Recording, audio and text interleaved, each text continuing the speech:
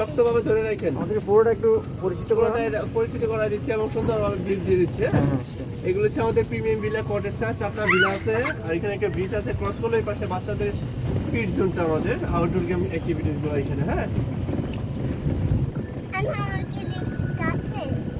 Premium villa এগুলো চারটা villa আমাদের এখানে। আমরা যেটা আছে ফ্যামিলি কটেজ। জি, আর ডান পাশে হচ্ছে আমাদের মাঠ হাউস, টেনশন মাঠ হাউস। এখানে চারটা মাঠের ঘর আছে, খুবই সুন্দর। এই রুমগুলো আমাদের নতুন হয়েছে।